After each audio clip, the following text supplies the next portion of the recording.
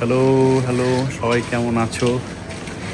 তোমরা অনেকে শর্ট ভিডিওতে বলো যে একটু লং ভিডিও দাও, একটু বড় বড় ভিডিও দাও। তো আজকে আমরা বেরিয়েছি। আজকে শনিবার।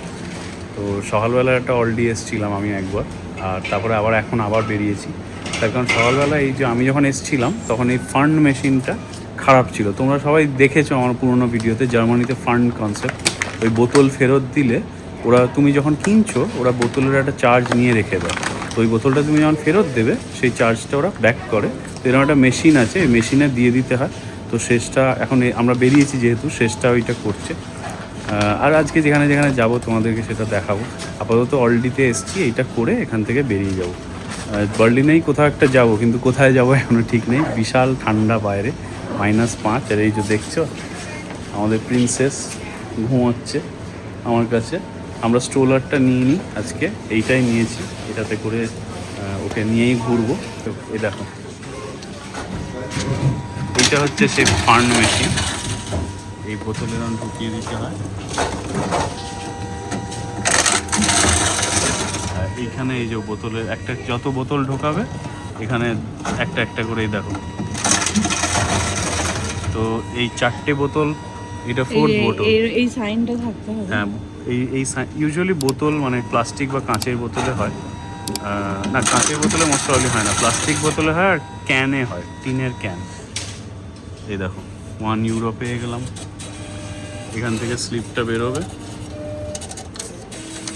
এইটা হচ্ছে 1 ইউরো। তো আমরা যদি কিছু কিনি আমরা এটা দিয়ে দিতে পারবো।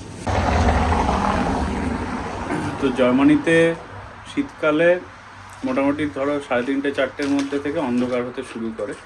আজকে তাও রোদ আছে বলে অতটা বোঝা যাচ্ছে না, এখন হয়তো 3:30 মতো বাজে, কিন্তু একটু পরেই অন্ধকার হয়ে যাবে। দুটো সানগ্লাসই রিটার্ন করে দিলে হতো না? হ্যাঁ, দুটো সানগ্লাসই রিটার্ন করে দিলেই মনে হয় ভালো হয়। না, সান হবে, তবে 2-3 মাস পর থেকে এখানে এত সান হয়, মানে যেহেতু এখানে ওই এসি ফেসি ইউজ করেন। আমি একটু আগে ওকে বলছিলাম যে ঘরে তখন গরম লাগে। তো আমরা এখন যাচ্ছি আলেকজান্ডারপ্লাটস। আলেকজান্ডারপ্লাটস তোমরা আমার অন্য ভিডিওতে হয়তো দেখেছো, জানো বার্লিনের মানে kind of centre of the city.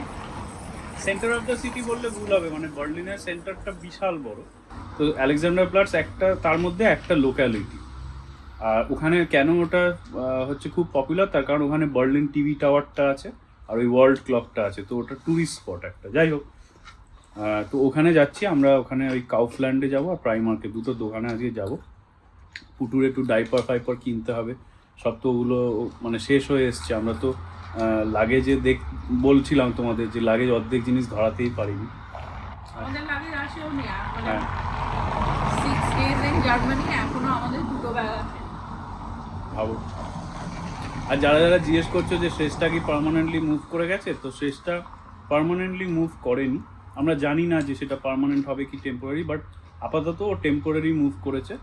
Or US visa এখনও আছে, কিন্তু ও জার্মানির ভিসা করিয়ে ও টেম্পোরারিলি এখানে কোম্পানিকে বলে একটা ইন্টারনাল ট্রান্সফার নিয়েছে, যে মানে ও কোম্পানিকে বলে কথা বলে ও এখান থেকে কাজ করবে। তো দ্যাট ইজ দ্য সিচুয়েশন। শেষটা, অনেকে এটাও বলেছে শেষটা কি চাকরি ছেড়ে দিল। শেষটা চাকরি ছাড়েনি। তার কারণ হচ্ছে, দেখো, চাকরি যদি ও ছেড়েই দেবে, বা দুজনের মধ্যে যে কোনো কেউ যদি আমরা চাকরি ছেড়েই দেবো, তাহলে আমরা এত বছর আর আলাদা কেন থাকবো? তাহলে আমরা শুরুর থেকে একসাথেই থাকতে পারতাম। তো চাকরি ছাড়ার প্রশ্ন নেই। আমি কোনো দিনই ওকে বলিও নি, আমি ওকে চাকরি ছাড়তে দেবও না। তার কারণ হচ্ছে ও ইঞ্জিনিয়ার, আমার মতো একই কলেজ থেকে আমরা পাস করেছি। তো ও চাকরি ছেড়ে দেবে কেন? তো ডেফিনেটলি চাকরি ছাড়া কোনো প্রশ্নই ওঠে না। ও এখানে এসে চাকরি করছে, মানে স্টার্ট হবে, এখনও স্টার্ট হয়নি। এখনও একটু টাইম এনজয় করছে, free time, unpaid time of.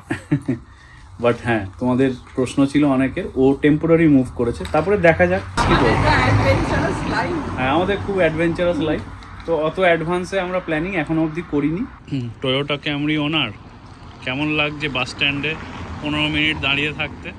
বলবো যেটা বলেছি, কি সুখে থাকতে ভূতে কি লয়।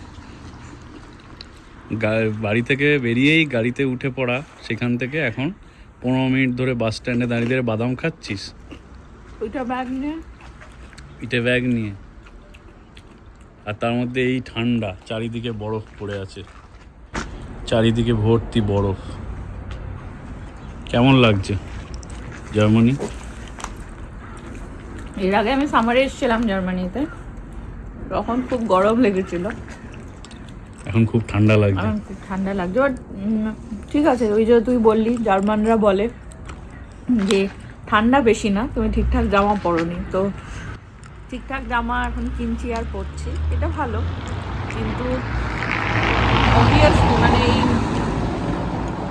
পৌষা আগের দিন আমায় বলছিল যে কিনলি না কেন, ওটা কিনলি না কেন, এর আগে একদিন ও দোকানে নিয়ে গেছে। আমি ওকে সেটাই বলছিলাম যে দোকান অবধি পৌঁছতে আমি হাঁপিয়ে যাচ্ছি, দোকানের ভিতরে গিয়ে আর কেনা হয়ে উঠছে না। মানে দোকানে বেশি বড় দোকান হলে আর কি মানে তখন খুঁজে খুঁজে কিনতে আর পারছি না, এত পা ব্যথা, সবই হেঁটে হেঁটে হেঁটে হেঁটে হয় নাকি। তোমরা যারা জানো না তাদেরকে বলি যে আমি তো জার্মানি এসেছি 2000 শোনা যাবে এই এত গাড়ির আওয়াজে? মোটামুটি আশা করছি এই সময়টা শোনা যাবে, গাড়ি যাচ্ছে যখন সেই সময়টা হয়তো শোনা যাবে না।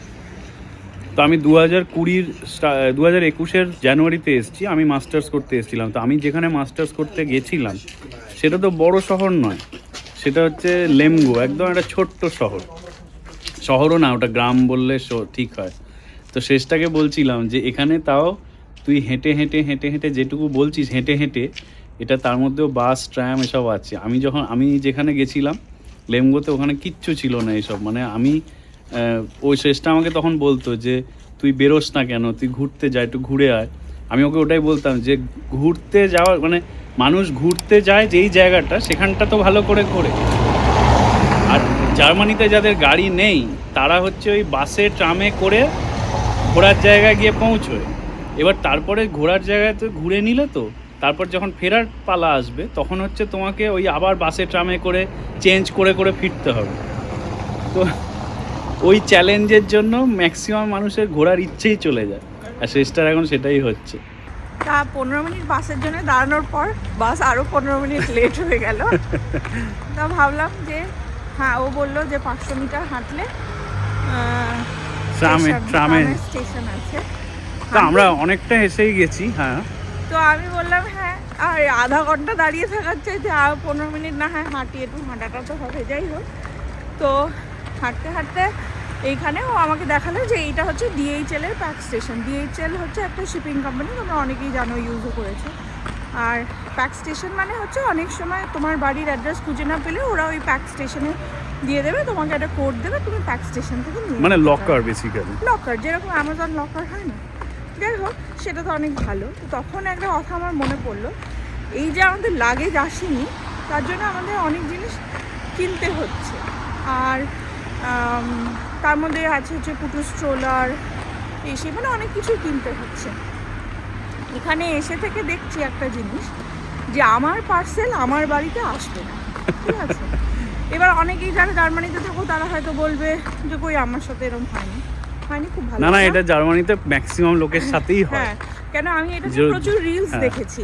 যদি কেউ বলে যে আমার সাথে হয়নি, তা ওয়েট করে থাকো, তোমার সাথেও হবে। হ্যাঁ, তো যাই হোক, আমি প্রচুর রিলস দেখতাম, তখন হাসি পেত, এখন মোটেও হাসি পাচ্ছে না। এই যে 1 সপ্তাহ হলো আমি এসছি, তার মধ্যে 2 বার আমাদের বাড়িতে পার্সেল এলো, সেটা আমাদের নয়, একটা পাশের বিল্ডিংয়ের, আর একটা হচ্ছে ওই বিল্ডিংয়েরই নিচের ফ্লোরে, অন্য একটা ফ্লোরে। এবং ডেকে লোকটা বলছে যে তুমি নিয়ে নাও ওর পার্সেলটা, নাহলে তোমার বাড়ির বাইরে রেখে দেবে। তা আমরা বাধ্য হয়ে বাড়ির বাইরে রেখে দিয়ে আমার বাড়ির ছবি তুলে ও ডেলিভারটা দেবে, ঠিক আছে? তার থেকে ভালো আমরা নিয়ে নিলাম। তারপর তাদেরকে কন্ট্যাক্ট করে আবার ওটা যেহেতু জাস্ট পাশের বিল্ডিং, ওদের মনে হয় সেম হোয়াটসঅ্যাপ গ্রুপ আছে, এখানেও পোস্ট করলো, একজন নিয়ে গেলে আর একজনেরটা ও খুঁজে দিয়ে আসলো, 2টো বড় বড় বাক্স। আমরা পৌঁছে গেছি স্টেশনে এবং চোখের সামনে দিয়ে ট্রাম বেরিয়ে গেছে, এবার আরেকটা ট্রামের জন্য দাঁড়িয়ে রয়েছে। দুর্যোগের দিন, খুব দুর্যোগ। আর এখন আমার মনে পড়ছে লাস্ট টাইম জার্মানি এসে এইসব হচ্ছিল, তখনই আমি বলেছিলাম যে আর আগে আসবে না। যাই হোক, এবার তো গাড়ি ঘুড়ি বেঁচে এসছে, বাট ঘটি বাটি বেঁচে এসছে, ঘটি বাটি বেঁচে আসে, ঘটি বাটি ফেলে এসছে, ঘটি বাটি ফেলে এসছে। যাই হোক, বল কি? হ্যাঁ, আর আমাদের 2-3টে পার্সেল প্রত্যেক কটা আমাদের বাড়িতে এলো, ইদার ওগুলো অন্য বিল্ডিং এ এলো, নয়তো ওরই অন্য বিল্ডিং মানে আমি 84 বিল্ডিং 86 এ এসছে। একটা 83-তেও তো এসেছিল, হ্যাঁ 83-তে এলো, আর 86-এ যেটা এলো সেটা আর খুঁজেই পাওয়া গেল না, বিকজ 86টা একটা রেসিডেন্সিয়াল বিল্ডিং না, এটা হচ্ছে একটা তোমার মানে অফিস বিল্ডিং, তো সেখানে তো খুঁজেই পাওয়া গেল না। মজার ব্যাপার হচ্ছে ওরা ক্রক্স ছিল, তো ও যখন ক্রক্সে ফোন করলো ও বললো তুমি ডেলিভারি পার্টনারকে ফোন করে সর্ট আউট করো।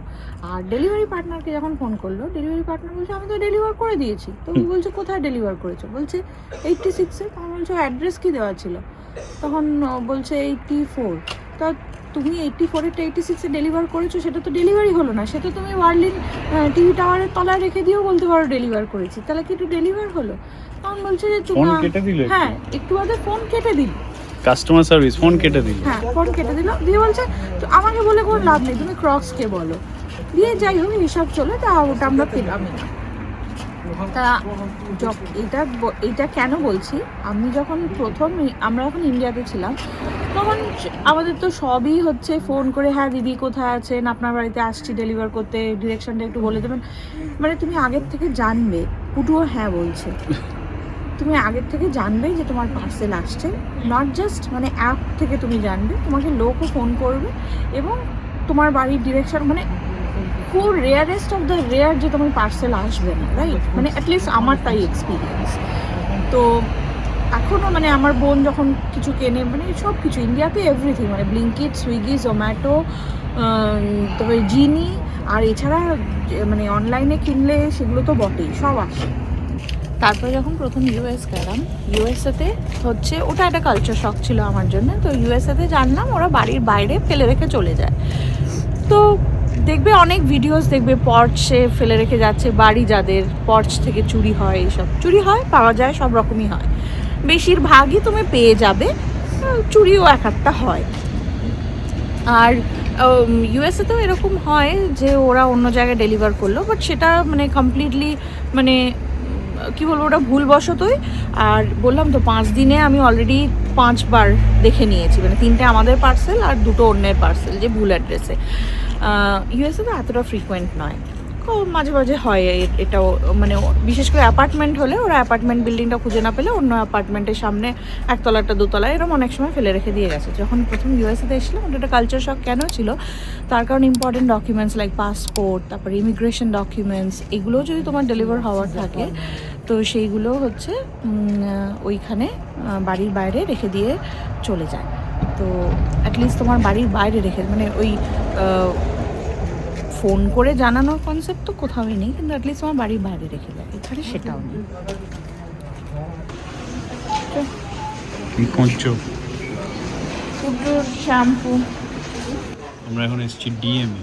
ডিএম হচ্ছে একটা ওই কসমেটিক্স, তারপরে টয়লেট্রিজ সব কিছু পাওয়া যায়, এরকম একটা স্টোর, একটা ব্র্যান্ড, এটা চেন অ্যাকচুয়ালি জার্মানিতে। তো প্রাইমার্কে গেছিলাম, প্রাইমার্ক থেকে বেরিয়েই পাশেই আলেকজান্ডার প্ল্যাটসে হচ্ছে ডিএম। আমরা ডিএমে এসেছি মেনলি পুটুর ডাইপারের জন্য, বাট ডাইপারের সাথে সাথে ওই চেষ্টা করলো শ্যাম্পুটাও খুঁজতে, কারণ ওর চান করার যে শ্যাম্পুটা সেটা শেষ হয়ে গেছে।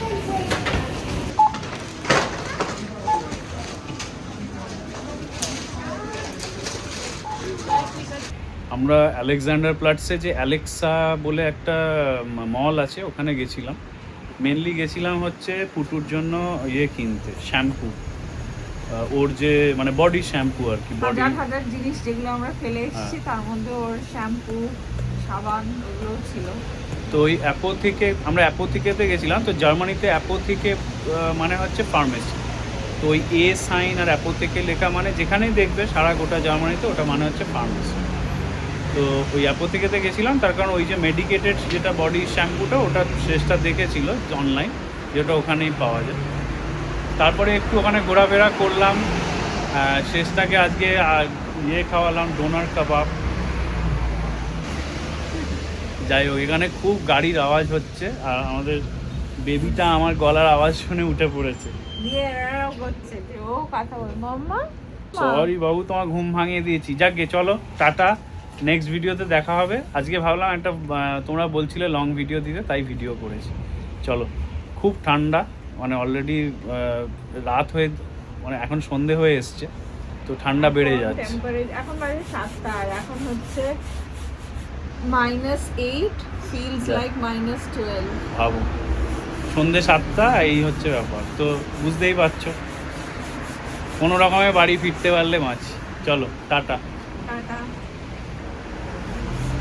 আর আজকে যে এত পার্সেলের গল্প করলাম, এখন বাড়ি যাই। আমাদের একটা ব্যাগ আজকে আসার কথা, দেখা যাক আদেও এসেছে কিনা, এসে থাকলেও আমাদের দিয়েছে কিনা, নাকি কোথায় ফেলে রেখে চলে গেছে। সো চলো দেখা যাক, জানাবো তোমাদের পরের ব্লগে।